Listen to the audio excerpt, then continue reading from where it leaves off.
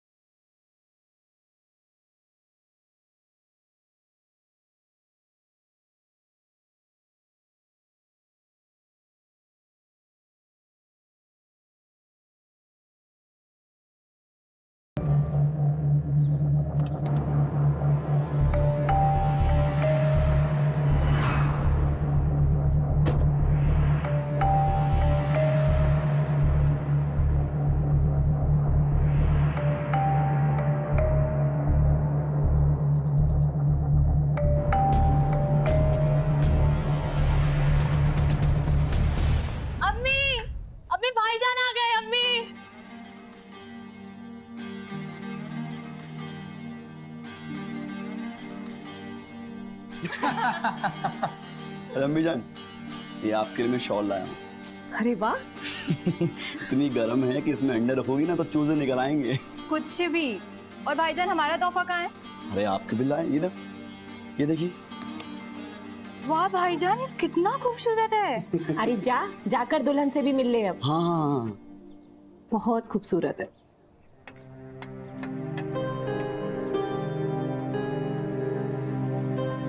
तो यहाँ है हमारी मोहतरमा। बेबी जान, हमने आपको बहुत मिस किया, सच में। क्या आपने हमें मिस नहीं किया? कौन है आप?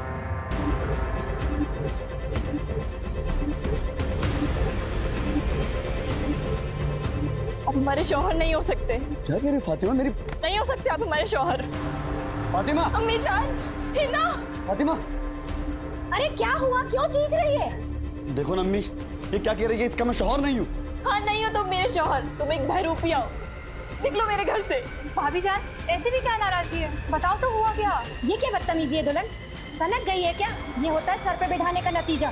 साल भर बाद दुबई से शौहर लौट कर आया है और तेरा ये सलूक है। अम्मी, मुझे तो लगता है ये अपनी बीमारी ठीक करने के लिए जो जड़ी बूटी खाती थी ना, वही खा खा कर इनका दिमाग खराब हो गया शायद। फातिमा मेरी बात सुनो, देखो तो। छुओ मत मुझे। मेरी बात नहीं हो तुम मेरे शौहर। फातिमा!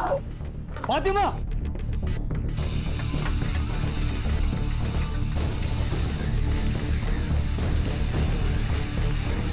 फातिमा! फातिमा!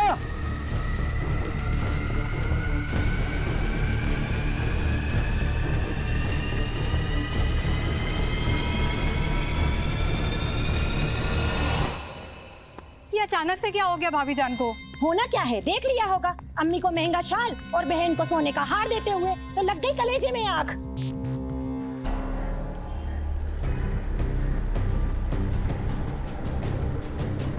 अरे बता तो सही कि ऐसा क्या हुआ जो दुल्हन इस तरह घर छोड़कर भाग गई? बताया तो अम्मी, मुझे कुछ नहीं पता। मुझे नहीं पता वो मुझे पहचानने से इनकार क्यों कर रही है। मैं 1 साल से दुबई में था और मुझे नहीं मालूम मेरे पीठ पीछे यहाँ पर क्या चल रहा था।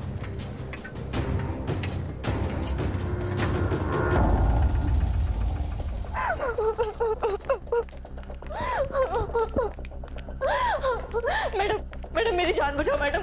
मेरे घर में एक बहरूपिया घुसा है। हूबहू मेरे शौहर जैसा दिखता है मैडम, पर वो मेरा शौहर नहीं है मैडम। मेरी सास और ननद एक बार आई मर्द को मेरा शौहर बता रही है मैडम, पर वो मेरा शौहर नहीं है। ठीक है, शांत हो जाओ। क्या नाम है तुम्हारे शौहर का? जुनैद हसन। प्यारे, उठा ला उस बहरूपी को थाने। जी मैडम। और तुम मेरे साथ आओ। क्यों भैया, जुनेद कहाँ रहता है?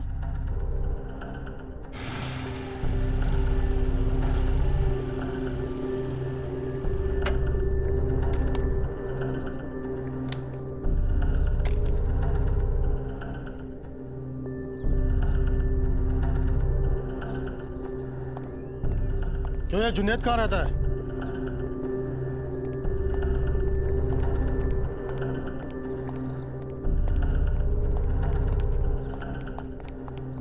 अब मुझे क्या पता अम्मी जान कि वो मुझे पहचानने से क्यों इनकार कर रही है। जुनेद, हाँ जी, मैं ही हूँ जुनेद। थाने चलो, साहब ने बुलाया है। थाने? अरे सोच क्या रहे हो, चलो। साहब यही है वो बहरूपिया। सर मेरा नाम जुनेद हसन है और ये मेरी वाइफ फातिमा है। अगर ये तेरी बीवी है तो ये इनकार क्यों कर रही है तुझे पहचानने से? वो क्या है सर, साल भर पुराना निकाह है हमारा और निकाह के तुरंत बाद में दुबई गया हूँ तो अब लौटा हूँ। सर हो सकता है उसी बात की नाराजगी हो इन्हें। सर वो क्या है कि औरत का दिल पढ़ना थोड़ा सा मुश्किल होता है। साहब, मैं जुनेद की अम्मी। असल बात मैं बताती हूँ आपको। मेरा बेटा जुनेद दुबई से मेरे और मेरी बेटी हिना के लिए महंगे तोहफे लेकर आया। बस शायद इसी बात से ये नाराज हो गई। दुल्हन, इतनी सी बात भी कोई थाने तक लेकर आता है क्या? चल घर चल। हाँ फातिमा चलो घर चलो। साहब मैं इनके साथ नहीं जाऊंगी साहब, इसकी शक्ल मेरे शौहर जैसी मिलती है साहब, पर ये मेरा शौहर नहीं है साहब। बस कर दुल्हन, ये मेरा बेटा है, मैं अपने बेटे को नहीं पहचानूंगी? अरे यही जुनेद है, यही तेरा शौहर है। मोतियाबिंद हो गया क्या? मोतियाबिंद आपको हुआ है, मुझे नहीं। साहब एक बीवी कुछ पहचाने ना पहचाने, अपने शौहर को नस नस से पहचानने का हुनर रखती है। मैं अपने शौहर के हाव भाव, चाल ढाल, उसकी गंध सबको जानती हूँ। ये मेरा शौहर नहीं है साहब, मेरी जान बचाइए वरना ये मेरी इज्जत लूट लेगा साहब। कैसे घिनौनी बात कर रही हो तुम? चलो घर चलो वरना मुझसे बुरा कोई नहीं होगा।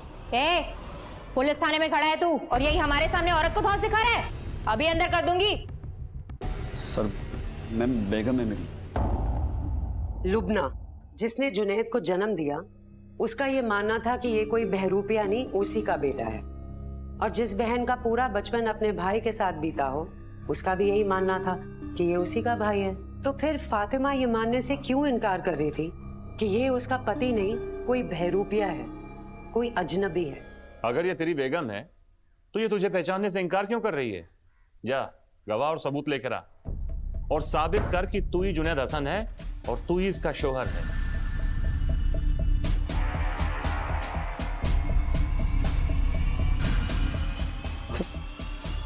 गवाही? साहब मैं पूरे यकीन के साथ कह सकता हूँ कि ये लड़का जुनैद है। इसमें कोई शक नहीं है साहब, ये तो जुनैद और फातिमा है। और ये लड़की इस लड़के की बेगम फातिमा है। अभी साल भर पहले तो इनका निकाह हुआ था। ये जुनैद और फातिमा के निकाह पर गिने चुने लोग आए थे और हम ठहरे मोहल्ले वाले, हम भी चले गए दावत पर। ये जुनैद और फातिमा है, इनका ही निकाह पढ़ाया था हमने साल भर पहले। क्या माजरा है साहब?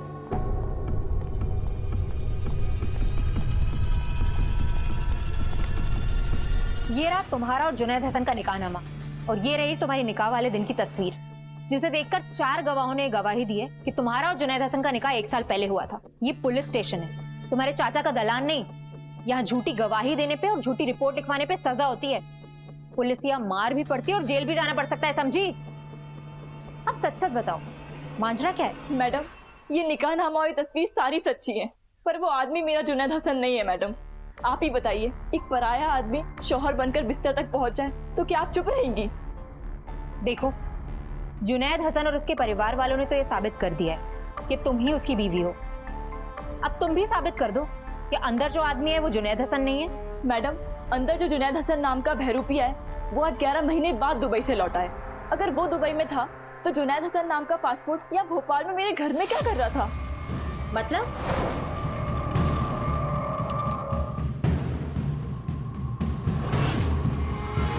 जुनैद का पासपोर्ट यहाँ, तो जुनैद बिना पासपोर्ट के दुबई कैसे चले गए?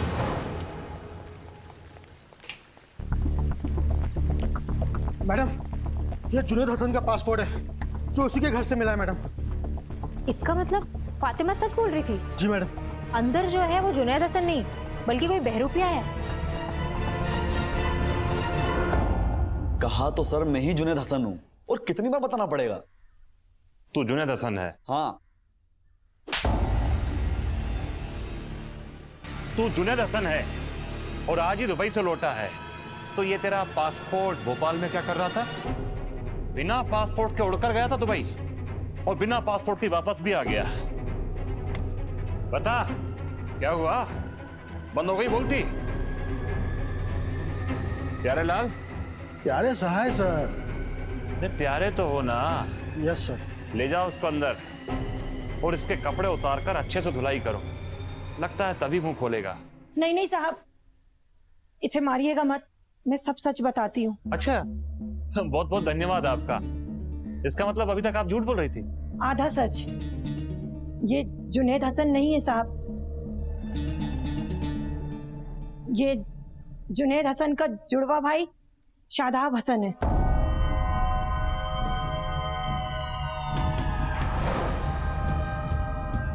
दस बरस की उम्र में ही ये शादाब घर से भाग गया था साहब। बहुत ढूंढने की कोशिश की पर कुछ पता ही नहीं चला। फिर अचानक से 1 बरस पहले ये घर लौट आया। मर गई तेरी अम्मी, इतने दिनों से जहाँ था वहीं जाके रहे। घर में तेरी एक जवान बहन है, लोगों को तेरी करतूतों के बारे में पता चलेगा तो उसके निकाह में दिक्कत होगी।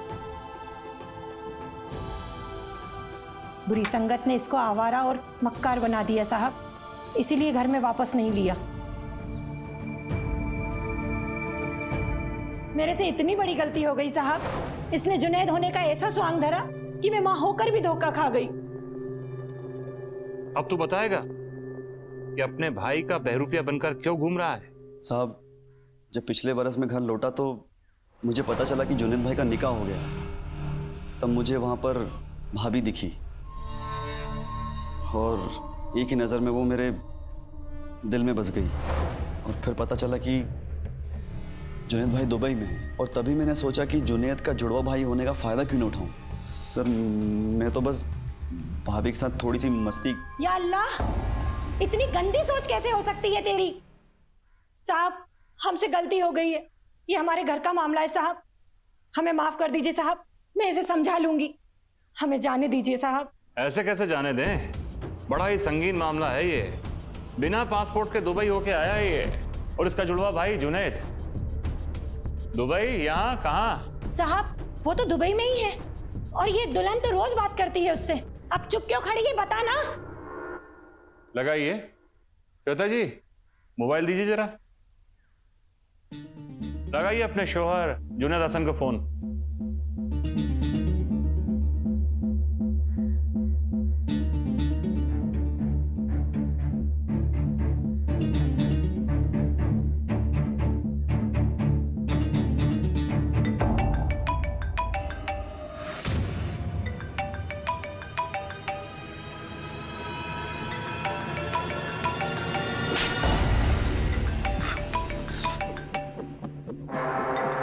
फोन कट करना। श्वेता जी, आप ही का नंबर है ना? जी सर। ये जुनैद का मोबाइल है ना? बता, तेरे पास कैसे आया? जी सर, ये जुनैद भाई का ही फोन है सर।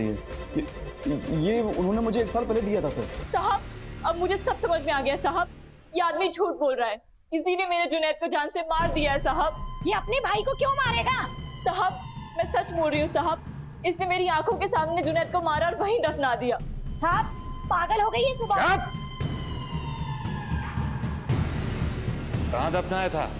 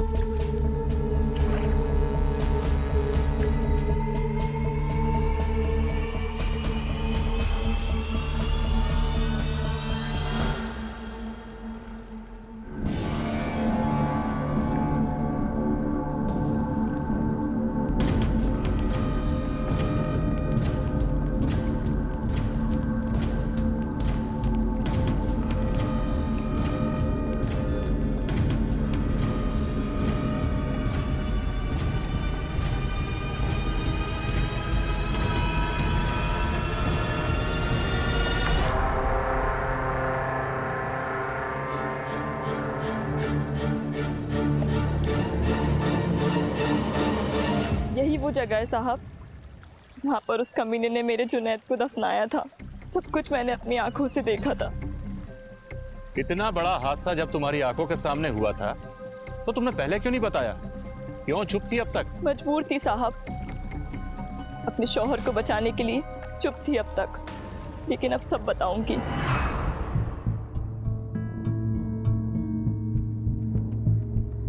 वाह, तुम्हारा शौहर 1 साल के लिए दुबई जा रहा है, तुम उसके साथ वक्त गुजारने के बजाय फोन पे लगी पड़ी हो। तो मेरे आते से तुमने फोन भी छुपाया? दिखाओ ना, अरे दिखाओ भाई, फोन दिखाओ। ये क्या, तुम्हारा पति बाहर जा रहा है ना, हम तुम्हारी रातें रंगीन करेंगे, झील वाले टापू पर आकर मिलो। ये क्या बकवास है? कौन है ये? मैं नहीं जानती, लेकिन कुछ दिनों से ऐसे गंदे मैसेजेस भेज रहा है। लातों के भूत ना बातों से नहीं मानते। इसको फोन करो, बुलाओ वहां पर मिलने के लिए। फोन करिए। छोड़ो ना, आपको एयरपोर्ट के लिए लेट हो रहा है ना, मैं सिम ही बदल दूंगी, बात खत्म। वैसे कैसे बात खत्म होगी? इसे फोन करके मिलने के लिए बुलाओ वहां पर। इसकी बात खत्म तो आज मैं करूंगा।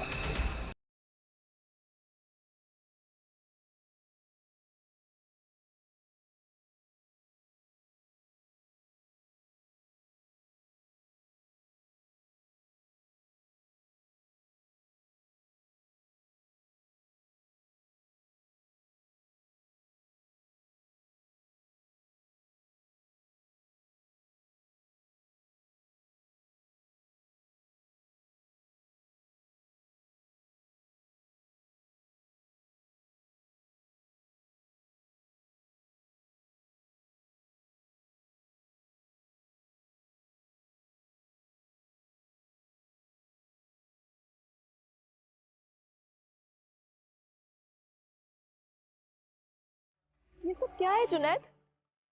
ये कौन है तुम्हारा हमशक्ल? जुड़वा भाई है मेरा, यही तुम्हें गंदे मैसेजेस भेज रहा था। लेकिन मरा कैसे? इसने मुझे मारना चाहा, खुद को बचाने चक्कर में मेरे हाथों से ये मारा गया। अब इस लाश का क्या करेंगे? ऐसे वीराने में हम लोग इसको यहीं पर गाड़ देंगे और किसी को कुछ पता भी नहीं चलेगा, जब तक कि तुम किसी को कुछ नहीं बताओगी। मुझे लगा उस दिन जुनैद ने शादाब को मारा, जबकि उल्टा हुआ था। उस दिन उस कमीने शादाब ने ही मेरे शौहर जुनैद को मारा और दुबई भाग गया। और तुम्हें पता तक नहीं चला? उस समय अपने पति को नस नस से पहचानने वाला हुनर कहाँ खो गया था? बहुत घबराई हुई थी उस समय और अपने शौहर को अपराधी बनने से बचाने के लिए चुप रही अब तक। लेकिन आज जब शादाब दुबई से लौटा तो अपने साथ हुए धोखे का पता चला। इस अपराध की दोषी तुम भी कहीं ना कहीं हो फातिमा। मुझे जो भी सज़ा मिलेगी मुझे मंजूर है, लेकिन शादाब को उसके किए की सज़ा मिलनी चाहिए। प्यारे लाल। प्यारे सहाय सर। अरे प्यारे तो हो ना, आदमियों को बुलवाओ और इस जमीन को खुदवाओ, देखें इस बार ये लड़की सच बोल रही है कि नहीं। जी सर।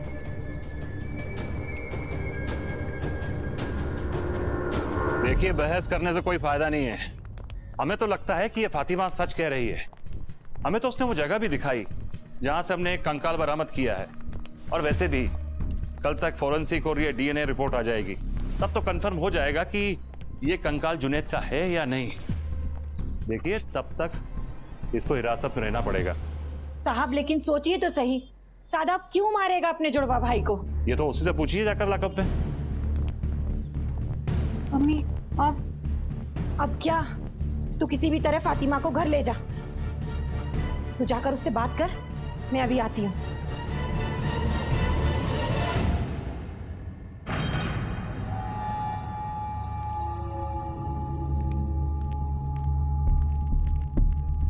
भाभी जान, शादाब भाईजान ने जो कुछ भी किया उससे मैं और अम्मी जान दोनों बहुत दुखी हैं। मैं अल्लाह ताला से दुआ करूंगी कि पुलिस को जो कंकाल मिला है वो जुनैद भाईजान का ना हो। अभी आप घर चलिए भाभी जान। मैं कहीं नहीं जाऊंगी, मैं यहीं रुकूंगी। मैडम, आप ही ने कुछ समझाइए ना। हाँ फातिमा, तुम घर जाओ।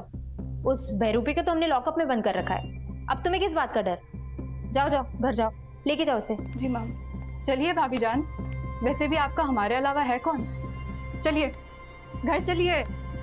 भाभी जान, अम्मी जान इंतजार कर रही हैं, घर चलिए।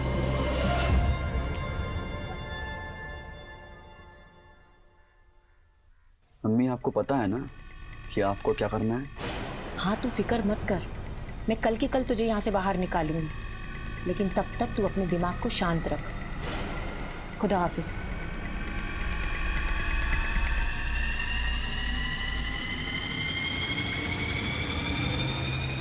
तू घर जा, खाना बना और दुल्हन को खिला, मैं अभी आती हूँ। चलो।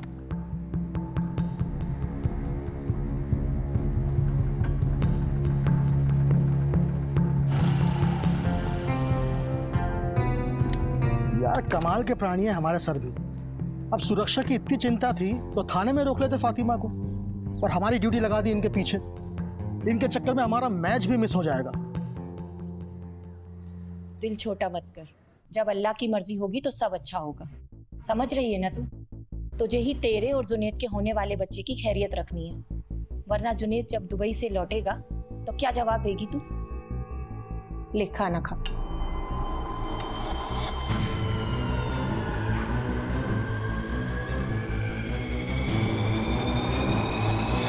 अरे फिर नो बॉल, आज तो पक्का हारेगी टीम।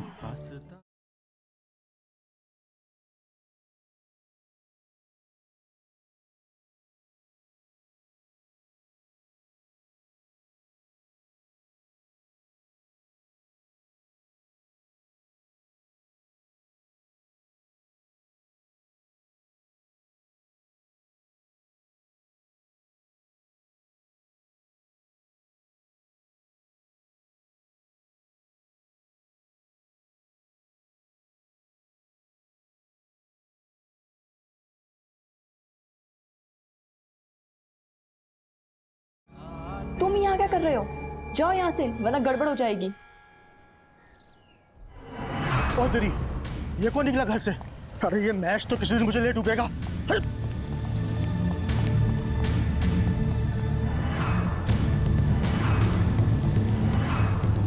ये कहाँ गायब हो गया? ये था कौन?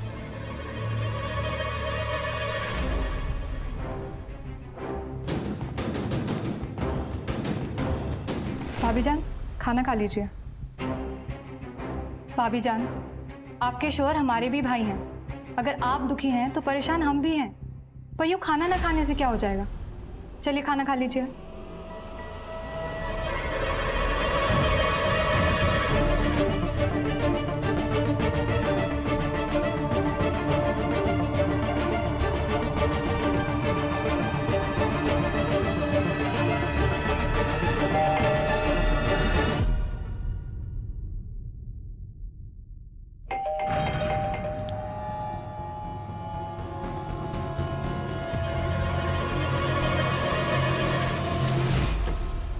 जी?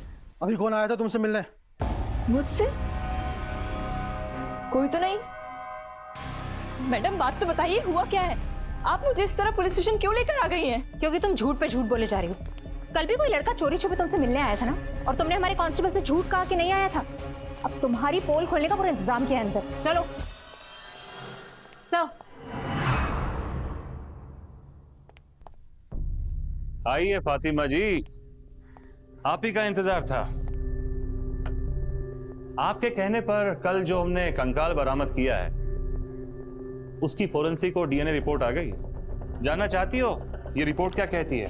पहली बात कि वो कंकाल 1 साल पुराना नहीं बल्कि 4.5 साल पुराना है, और दूसरी बात कि वो कंकाल किसी जवान आदमी का नहीं बल्कि 59 साल के बूढ़े व्यक्ति का है।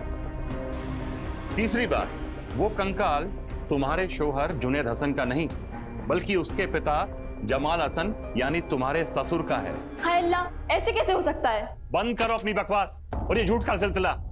प्यारे सर। जनाब, पहचानती हो इन्हें या भूल गई? आप ही याद दिला दीजिए। जनाब, बड़े कब्रिस्तान की रखवाली करते हुए मुझे 10 वर्ष से भी ज्यादा समय बीत गया है। यह मोहतरमा तकरीबन 8 महीने पहले मेरे पास आई थी। फरमाइए। जमाल हसन की कब्र कहाँ है? जी, मतलब क्या है आपका? जनाब, ये मुझसे जमाल हसन की कब्र खोदने की बात कर रही थी। उसके लिए काफी पैसे देने को तैयार थी, तब मैंने पागल औरत समझ के इसे भगा दिया था, लेकिन कुछ दिनों के बाद ये फिर वापस आ गई। आप फिर आ गई? कहा तो है आपसे, मैं आपकी कोई मदद नहीं कर सकता। आप जाइए यहाँ से। लगता है जनाब बिना मेरी मदद के इसने अपने काम को अंजाम दे दिया। आज सुबह जमाल हसन की कब्र खुद ही मिली और वो भी खाली थी। मैंने तुरंत जमाल हसन की बेगम लुबना को फोन कर दिया। ठीक है, शुक्रिया, अभी आप जा सकते हैं।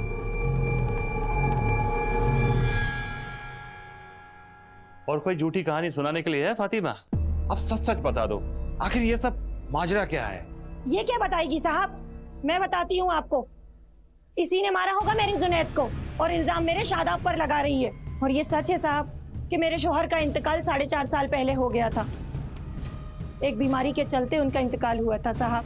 वो अक्सर बीमार रहते थे।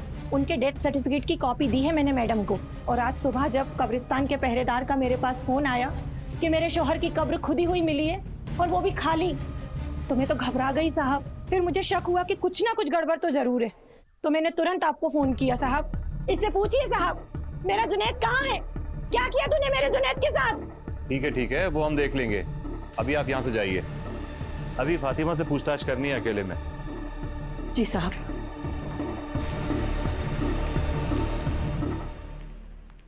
अब और कितना इंतजार करवाओगे फातिमा?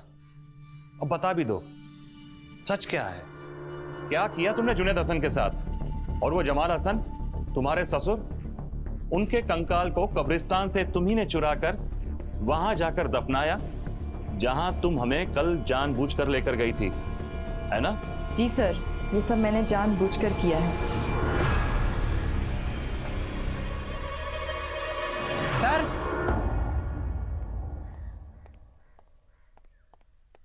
ये लोग आपसे मिलने आए सर।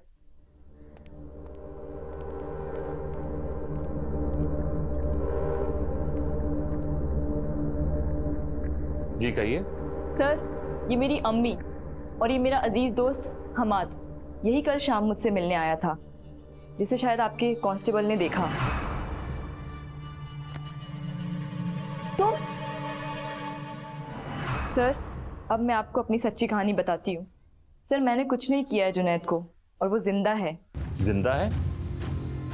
कहाँ वो? सर, अभी अभी आपकी नजरों के सामने से गया है। शादाब ही जुनैद है सर। जुनैद का कोई जुड़वा भाई नहीं है। मेरी सास लुबना का एक ही बेटा है, जुनैद या शादाब, और पता नहीं कितने नाम है उसके। और साफ साफ बताओगी कि ये जुनैदी अगर शादाब है, कि तुमने इतना बड़ा नाटक किया क्यों? आपको जुनैद हसन के वालिद जमाल हसन की कंकाल तक पहुंचाने के लिए, उस कंकाल की सच्चाई पूरी दुनिया के सामने लाने के लिए। तो क्या है जमाल हसन के कंकाल की सच्चाई? मैं आपको बताती हूँ मैडम। जुनैद और उसकी अम्मी झूठे सबूतों के सहारे दुनिया वालों से छाती ठोक ठोक कर ये बता रहे थे कि जमाल हसन मेरी बड़ी बेटी फातिमा को 2 साल पहले दुबई ले गया था। अभी आप खुद ही बताइए सर, जमाल हसन की फॉरेंसिक रिपोर्ट और डेथ सर्टिफिकेट ये साबित करता है कि जमाल हसन की मौत 4.5 साल पहले हो गई थी। तो 4.5 साल पहले मरा हुआ इंसान मेरी बहन को 2 साल पहले दुबई कैसे ले जा सकता है? सबसे पहले तो ये बताओ कि तुम्हारी बड़ी बहन का नाम भी फातिमा था, और ये जुनैद या जमाल हसन से क्या रिश्ता था? ये इस सब से कैसे जुड़ी हुई है? साहब, ये तो मेरी छोटी बेटी जीनत है। फातिमा तो मेरी बड़ी बेटी थी जिसका निकाह करवाया था जुनैद से।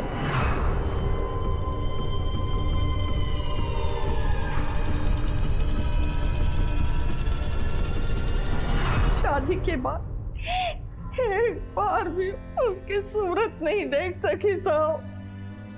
एक बार भी उसकी सूरत नहीं देख सकी। वो मेरे बेटे के साथ दुबई में है। बार बार क्यों आ जाती है पूछने के लिए? और इतना ही बेटी से मिलने का शौक है तो फ्लाइट पकड़ और चली जा दुबई मिलने। बड़े गरीब लोग हैं साहब हम लोग, और इसी का फायदा उठाया है जुनैद और उसकी अम्मी ने। निकाह के नाम पर अपहरण कराया है मेरी बच्ची का। उससे मिलने जब भी मैं उनके दरवाजे जाती थी, एक ही जवाब होता था जुनैद की अम्मी का, गरीब की बेटी इसलिए नहीं लानी चाहिए घर। दुबई में मेरे बेटे के साथ कुछ दिन तो रही और फिर भाग गई किसी के साथ। नहीं, कभी कभार बात होती थी साहब मेरी फातिमा से। दुबई से बात करती थी चोरी से, छुपकर, डर कर। हेलो अम्मी, ये बहुत बुरे लोग हैं अम्मी। इन्होंने मेरे साथ बहुत बुरा किया है अम्मी। और अगर इन्हें ये पता चल गया कि मैंने आपसे बात की है तो मुझे जान से मार देंगे अम्मी। मुझे बचा लो अम्मी, प्लीज मुझे बचा लो। फातिमा, फातिमा। बस 2 साल पहले बात हुई थी मेरी फातिमा से, उसके बाद उसका कोई अता पता नहीं। अगर 2 साल से फातिमा की कोई खबर नहीं है तो आपने पुलिस में रिपोर्ट क्यों नहीं लिखवाई? गई थी साहब थाने, मगर गरीब की सुनता कौन है साहब। ये देखिए साहब, हमारे पास तो सारे सबूत हैं। वीजा की कॉपी, पासपोर्ट की कॉपी और टिकट की कॉपी। इनकी बेटी मेरे शौहर जुनैद के वालिद जमाल हसन के साथ गई थी दुबई और वहाँ सबको चकमा देकर भाग गई किसी गैर मर्द के साथ। बेटी ने मुंह काला कराया दुबई में और माँ आकर यहाँ हम पर इल्जाम लगा रही है।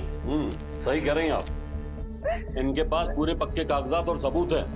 तुम्हारी बेटी अगर दुबई में किसी गैर मर्द के साथ भाग गई तो वहाँ के थाने में जाकर रिपोर्ट लिखवाओ। यहाँ क्या करने आई हो? आ जाते हो हमारा वक्त बर्बाद करने। भागो यहाँ से, दोबारा मत आने थाने में। चलो।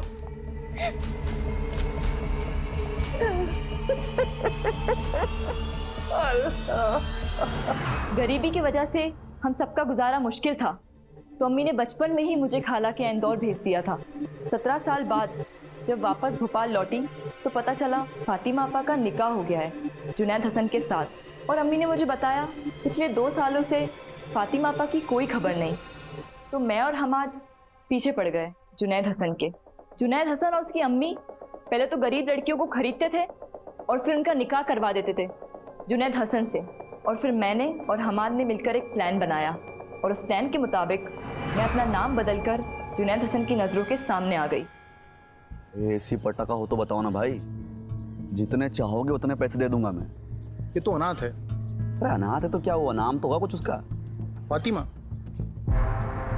फातिमा क्या हुआ? नहीं, वो किसी की याद आ रही थी। जुनैद हसन से निकाह कर कर ही मैं पता लगा पाती कि उसने मेरी फातिमा आपा के साथ किया क्या है। जुनैद हसन को अपने आप से दूर रखने का आइडिया तो काम कर गया।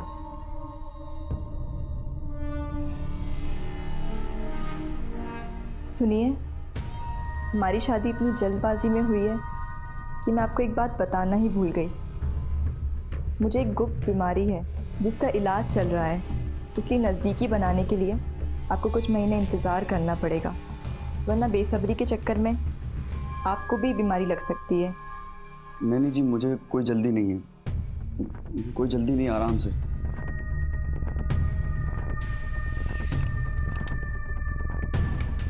लेकिन इससे पहले मैं फातिमा आपा के बारे में उससे कुछ पता लगाती, वो अचानक दुबई चला गया। मुझे ये तो पता लग गया था कि जुनैद हसन के वालिद जमाल हसन 4.5 साल पहले गुजर गए, तो वो फातिमा आपा को 2 साल पहले दुबई कैसे ले जा सकते थे?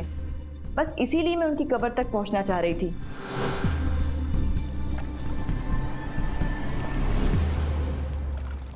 मुझे ये तो एहसास हो गया था कि जुनैद और उसकी अम्मी फातिमा आपा के बारे में कुछ तो छुपा रहे थे, लेकिन ये बात तब और पक्की हुई जब मुझे गलती से जुनैद का पासपोर्ट घर पर मिला।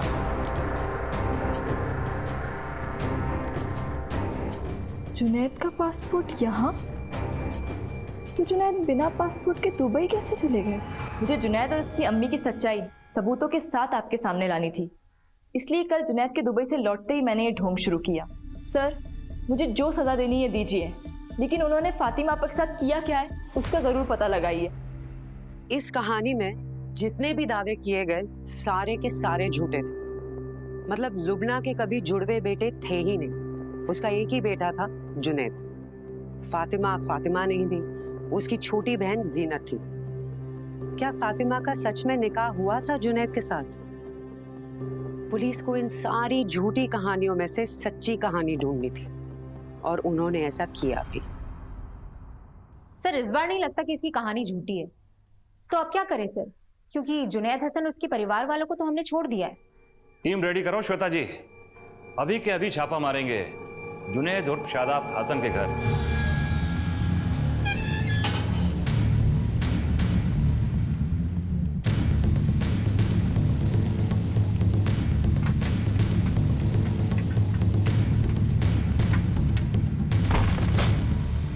पूरे घर की तलाशी लो।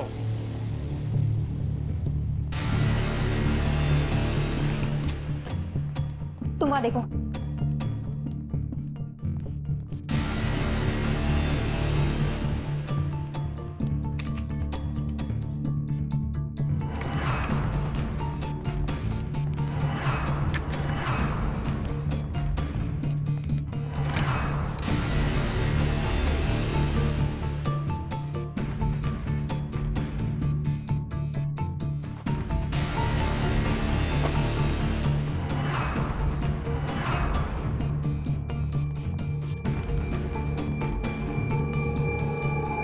सर, हमने आने में शायद थोड़ी सी देर कर दी। सबके सब फरार हैं, सारे सबूत मिटाकर। ये कुछ जले हुए डॉक्यूमेंट्स मिले हैं सर, और कुछ पासपोर्ट्स भी।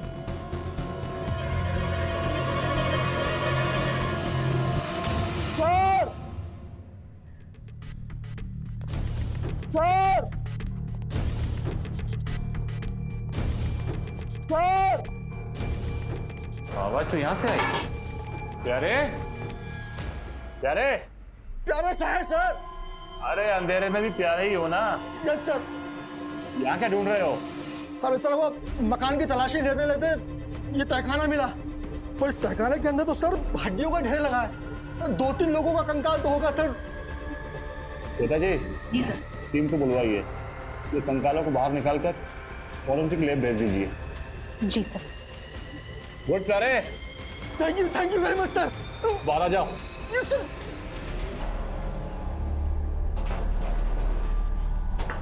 ये लो,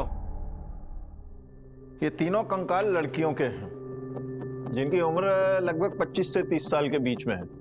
और पहला कंकाल 6 साल पुराना है, दूसरा 4 साल और तीसरा 2 साल। खास बात यह है कि तीनों का डीएनए आपस में मैच नहीं करता। मतलब यह है कि तीनों का आपस में कोई रिश्ता नहीं था। मौत की वजह और डिटेल रिपोर्ट इस फाइल में है, पढ़ लेना आराम से। और आजकल क्लब में नहीं दिखते, आओ कभी शाम को। श्वेता जी, ये केस सिर्फ फातिमा से नहीं जुड़ा, बल्कि फातिमा जैसी कई बेचारी लड़कियों से जुड़ा हुआ है।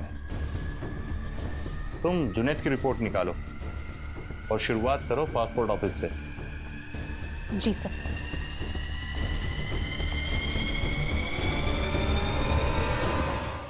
जय हिंद सर।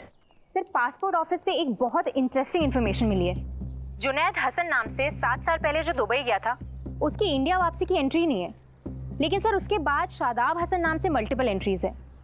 लेकिन सर बात इंटरेस्टिंग यहाँ होती है कि हर एंट्री के साथ एक नई लड़की का नाम जुड़ा है, जो शादाब हसन के साथ दुबई जाते वक्त तो प्रेग्नेंट होती है, लेकिन वापसी के वक्त ना ही उनके पास कोई बच्चा होता है और ना ही वो प्रेग्नेंट होती है। श्वेता जी, अब तो ये पक्का हो गया, जुनैद और शादाब और उसकी अम्मी कोई ना कोई रैकेट तो चला रहे हैं। श्वेता जी, आप एक काम कीजिए, ये शादाब के साथ जितनी भी प्रेग्नेंट लेडीज दुबई गई थी, अब उनका एड्रेसेस निकालो और पता लगाओ कि अब वो कहाँ और किस हाल में है। जी सर। याद रखना, हमारे बच्चे का खास ख्याल रखना, इसे कुछ भी नहीं होना चाहिए। अम्मी, क्या अब हम कभी वापस नहीं आ पाएंगे? नहीं, उधर ही बस जाएंगे। उस फातिमा ने यहाँ सब कुछ बिगाड़ दिया है, और फिर पुलिस भी हमारे पीछे लग गई है। जुनैद, हम निकल पाएंगे या नहीं? हाँ मीम, आज शाम तक नकली पासपोर्ट और वीजा आ जाएगा, फिर हम चल चलेंगे।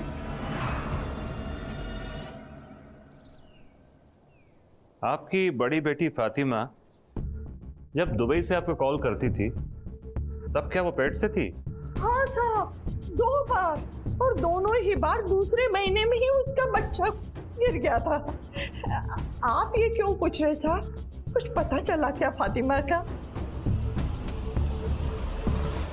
मैंने डबल चेक किया सर। शादाब और जुनैद हसन के साथ जितनी भी प्रेग्नेंट लड़कियां दुबई गई थी, वापसी के वक्त ना ही वो प्रेग्नेंट थी और ना ही उनके साथ कोई बच्चा था। और सर उनमें से ज़्यादातर लड़कियां अब मिसिंग हैं सर, और बाकी मर चुकी हैं। कोई रोड एक्सीडेंट में, कोई पानी में डूबकर, एक भी नेचुरल डेथ नहीं। लेकिन इन सभी लड़कियों में एक बात कॉमन है, सभी गरीब परिवार से थी, एकदम फातिमा की तरह। कुछ समझ में नहीं आ रहा सर, ये जुनैद और उसकी अम्मी कर क्या रहे थे इन बेचारी गरीब लड़कियों के साथ? ऐसा कुछ जिसके बारे में सोचकर भी इंसान के रोंगटे खड़े हो जाएं। मतलब? भ्रूण की तस्करी कर रहे हैं ये। फीटस की तस्करी? हाँ, मैं भी अपनी पूरी लाइफ में ऐसा क्राइम होते हुए पहली बार देख रहा हूँ। सर मुखबिरों से टिप मिली है सर। जुनैद और उसका पूरा परिवार होशंगाबाद के होटल में छुपकर बैठे हैं। चलिए श्वेता जी, उन दरिंदों को उनके बिल से बाहर खींच कर लाते हैं।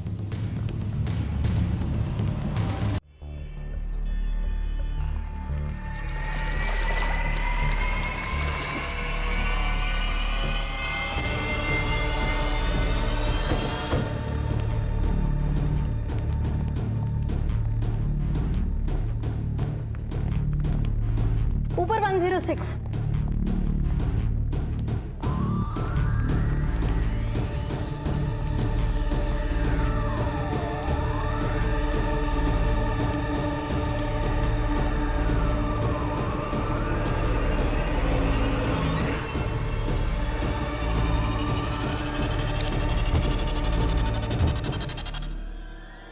कौन?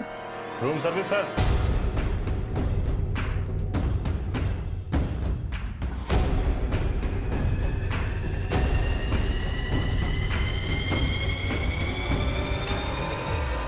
अरे सर, बहुत कर ली तुमने भ्रूण की तस्करी, अब चल थाने। सर,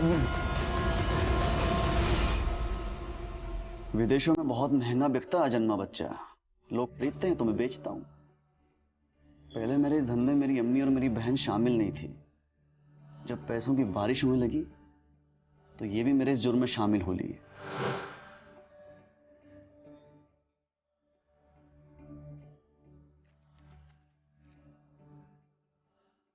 फातिमा जैसी बेवकूफ और गरीब लड़कियों की कमी नहीं थी हमारे इस देश में, तभी हमारा धंधा बड़ा आसानी से चल रहा था। और हमारा काम पूरा होते ही मैं इन जैसे लड़कियों को मौत के घाट उतार देता था। जुनैद और उसके परिवार वालों ने अपना जुर्म कबूल कर लिया है। सिर्फ फातिमा ही नहीं, बल्कि उस जैसी कई लड़कियों और उनके परिवारों की जिंदगी उन्होंने अपने स्वार्थ के चलते खत्म कर दी। क्योंकि जहां जहां दफनाया था, हमारी टीम वहां तक पहुंच गई है। डीएनए टेस्ट होते ही जैसे ही हमें पता चलेगा कि फातिमा का अवशेष कौन सा है, उसे हम आपको सौंप देंगे। अल्लाह फातिमा को जन्नत अता फरमाए। Thank you sir. चलो अम्मी। सच में ये कहानी देखकर बहुत हिम्मत मिली और खुशी भी हुई। जिस तरह से जीनत ने अपनी बड़ी बहन फातिमा को न्याय दिलाया, वो देखकर अच्छा लगा। हमें भी अपने परिवार, अपने करीबी लोगों को न्याय दिलाने के लिए हर कोशिश करनी चाहिए। पर याद रहे, कानून के दायरे में रहकर। अपना ख्याल रखिए, सुरक्षित रहिए।